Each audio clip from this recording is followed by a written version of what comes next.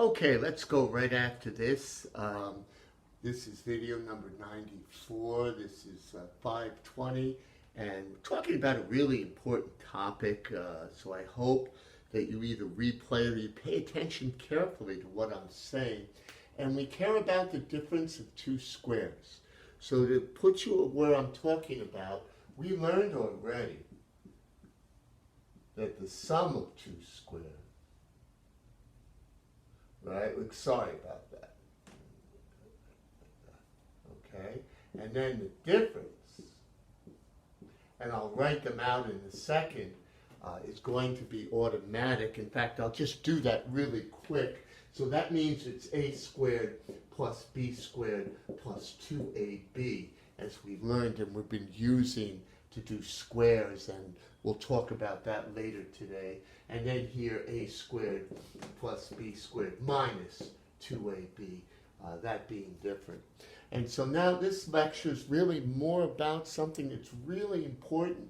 Again, we love these configurations here, these two. They make it so easy to calculate, as you saw in your assignments. And we'll use them going ahead, going this way to this way, but we won't talk about that right now. But now it's time to introduce another really important one. No parentheses here, make a note of that. And this is saying the difference of two squares. Notice there's a big difference between this and this. Okay, take a good look at that and make sure you don't confuse the two. And this works, and I'm just going to write it out for you. You might be able to discover it yourself, perhaps, but it's unnecessary in this course. And I'm going to write out either way works, and we're going to show that this is the same as this, and that going from here to here and here to here turns out to be really important in high school math. Okay? So I'll talk a little bit more. I'm going to mention the word conjugate. I'll go back to that word a little later. But now let's just see if this works. Well, the f is a squared, and the outers, right, the so-called outers are ab, and the inners are ba. We talked about these. These are the same thing. You should recognize that. And there's minus b squared. And so you see that this and this are the same thing. Oh, you say, okay, that's very clever. And I'm warning you that's extremely important going ahead in math. And positive b and negative b, I just mentioned briefly, will be called conjugates. And let's just see if it works with numbers.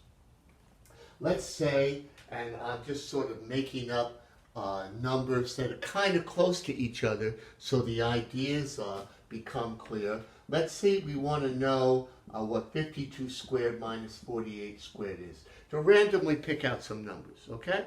You're good with me there? So that means that A equals 52 and B equals 48. So we want to see if this works, if it's a nice little way to calculate this, if I ever wanted to know such a thing. So let's see. It's saying that it's 52 plus 48. Oh, well, that's neat. That equals 100. I can go with that. And then it says times 52 minus 48. Oh, so it's saying 100 times 4 equals 400. Well, you put that on the calculator, that's what you're going to get. Okay? So, okay. So now we're getting the idea. A is anything. B is sort of anything as long as A doesn't equal B. And when I subtract one square from another square, right? One square from another square, not in parentheses, not to confuse these two cases. It's very kind of interesting what happens, right? This is the same as this. This is the same as this. You should look at that and say, oh, okay. And you might say, maybe you made those numbers up. So those are the simple, easy ones. I'll do a random one. I don't want to make them too far apart because then I need to calculate. And you know me, I don't want to calculate. It's worth asking, for example, what 36 squared minus 32 squared is, right? Oh, that's 4, so you might accuse me of some trick there. Minus 34 squared. What might that equal as we do the math? So we go over here, and it's 36 plus 34, agreed, times 36 minus 34.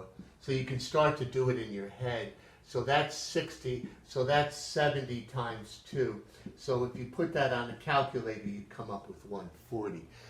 You can check if you're even interested, but we're just showing the general idea. I'm going to amplify these ideas in another lecture. So there we go. We discovered like this third configuration, and if you like to number things, this we saw, and we remember we did, I forget what number it was it 47 squared?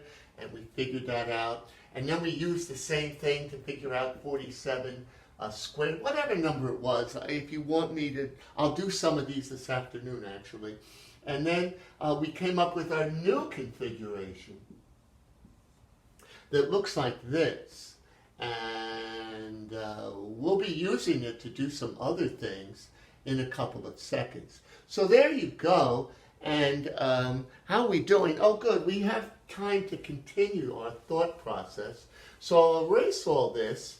And now I'll go show you like a second application of, and I'll give you assignment for this stuff, of course, of how we use this idea. And then I can talk a little bit about a conjugate. And use a little bit of the algebra that we're learning now. So if everything I did was true with the A's and the B's and the numbers, let's think of any old binomial. Isn't this a binomial? We're good there? Okay, any old binomial? Okay, all right. So I'm going to multiply it by what we're going to call its conjugate over here, and that means just the opposite of the second term, and whatever you choose the second term to be. Okay? And I claim that this must equal, according to what we just said, 4x squared minus 9. Oh, so there we go, where we have a binomial times a binomial equals a binomial, a quadratic binomial. That's something to look at right there. Let's make sure it's true, okay, that we're not making this stuff up. And there's the f, as this gets kind of old really fast. There's your 6x. There's your minus 6x. Oh, you see, guys? Something that you should see at your young, tender age. When you multiply something by its conjugate, the middle terms go away. That becomes really important later. So there we get this confirming what that is. And you can go on and on. Any binomial that you can think of has the conjugate because you just take the opposite of the second term. Okay, so let's sort of hold it off there. And, well, actually, we can go on a little because the time isn't that bad. I can show you another example of how we can use this. Let's just say we want to know what 48 times 52 is, and we don't have a calculator, and we don't like the traditional way of doing things. So we're going to use this new thing that we learned. Well, isn't 48 50 minus 2? Just think about what I just did. And isn't 52 50 plus 2? So if the numbers are equidistant from a number that I already know, I can easily find the product of two numbers. And it even works when they're not so equidistant. I might show you that in another lecture. So let's just do this really fast. Well, you should know 100 times over that 50 times 50 is 2,500. The middle terms go away. 2 times negative 2 is negative 4. Wow, that wasn't too hard to find the product of those two numbers, right? I could have done that in my head. Easy. Oh, let me lower this a little bit. I know in the last video I was out of the picture a little. You'll let me know if it was a problem. And so there we go. You put that on the calculator or whatever and you'll get the same answer. And we'll try another one. And I'll give you these as an assignment. here we can move it over here so we don't have to constantly be erasing here. And let's just switch the numbers and let's figure out what 76 times 84 is. So I'm making them equidistant, it's true.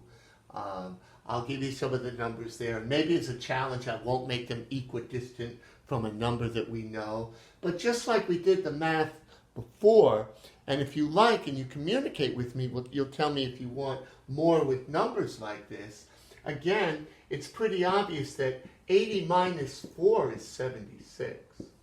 And 80 plus 4 is 84. They're equidistant from a number that we can do. Well, that's just a perfect square. We love numbers like that. So that's that. And so I come up with 6, 3, 8, 4. And if I made a mistake there, you guys could easily fix it. So here,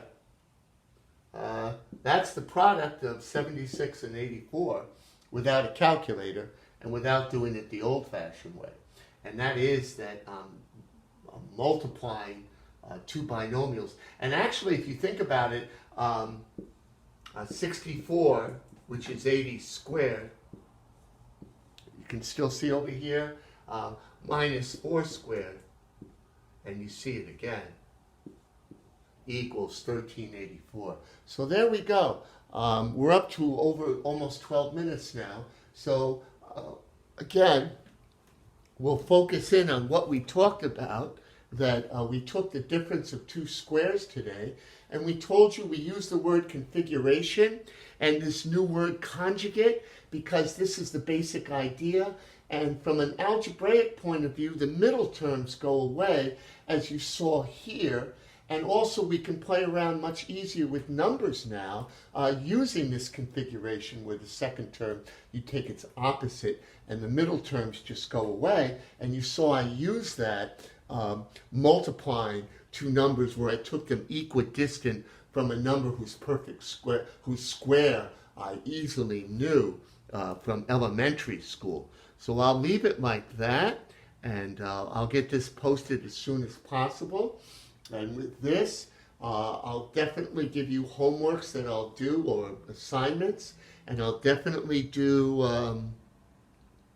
the assignment that I gave you yesterday in detail.